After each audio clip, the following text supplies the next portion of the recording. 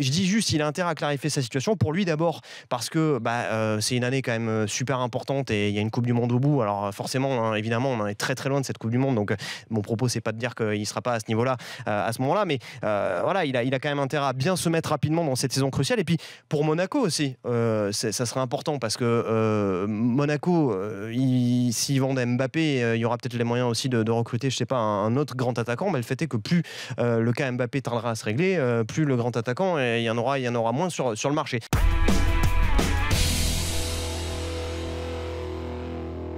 Incritiquable. Ouais. Parce qu'il arrive avec une image qui est... J'élimine tout le côté, on sait quel genre de joueur c'est, on l'aime tous. Voilà.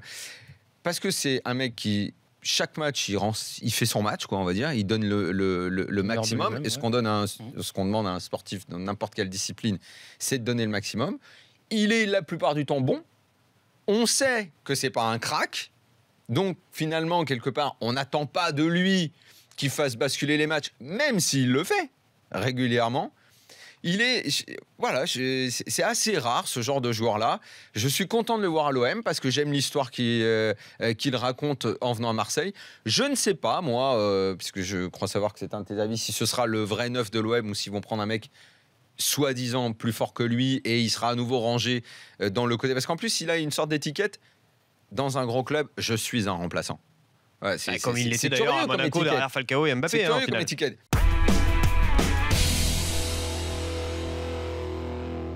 Maintenant, faire la saison sans arrière-gauche, ça en revanche, ça risque d'être un vrai problème. Ça, si l'OM doit pêcher à cause de ce truc-là, moi j'aime bien tout ce qu'ils ont fait, mais je ne sais pas qui y a derrière en doublure. Mais là, ils sont partis pour jouer une saison à 10, sans arrière-gauche. Parce que le mec, Evra, c'est plus possible, quoi. Il n'y arrive pas, là. Même contre les équipes en bois, là. Il a été il prend bouillon sur bouillon. Et ça m'étonne d'ailleurs qu'on parle beaucoup de neuf autour de ce club et qu'on ne s'accentue pas un petit peu sur ce poste, quoi. C'est ce que disent pas mal de prennent le neuf, c'est très bien. Mais ça, c'est bien. Mais quand tu vois que... Qu'on ne voit pas de piste sur le côté gauche, c'est... Pour un club qui veut se relancer vraiment avec un vrai projet. Tu peux pas jouer avec un côté mort dans ton jeu, quoi. Là, ils démarrent la saison avec un côté mort. Et en plus, à Marseille, on te répond ouais, mais les tests médicaux, des vrais, ils sont super. À mon avis, ils ont cassé les machines.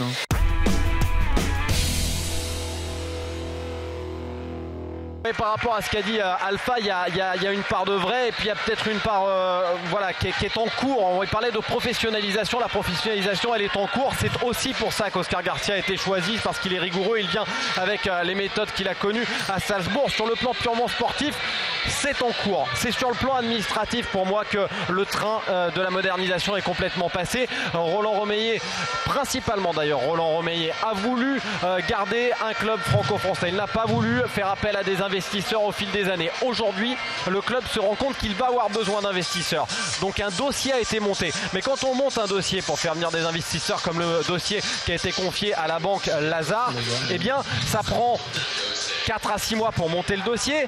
Puis ensuite, la banque elle-même va avoir pour 4 à 6 mois pour espérer trouver un investisseur. Si elle en trouve, ça peut prendre beaucoup plus de temps que ça. Et pendant ce temps-là, eh bien, Nice a vu des investisseurs arriver, Lyon a vu des investisseurs arriver, et qui n'avance pas recule, tout le monde le sait. Or, la Saint-Etienne n'a pas avancé pendant des années, s'appuyant sur la surperformance de son équipe qui avait des résultats au-delà de son budget. Aujourd'hui, Saint-Etienne revient au niveau de son budget.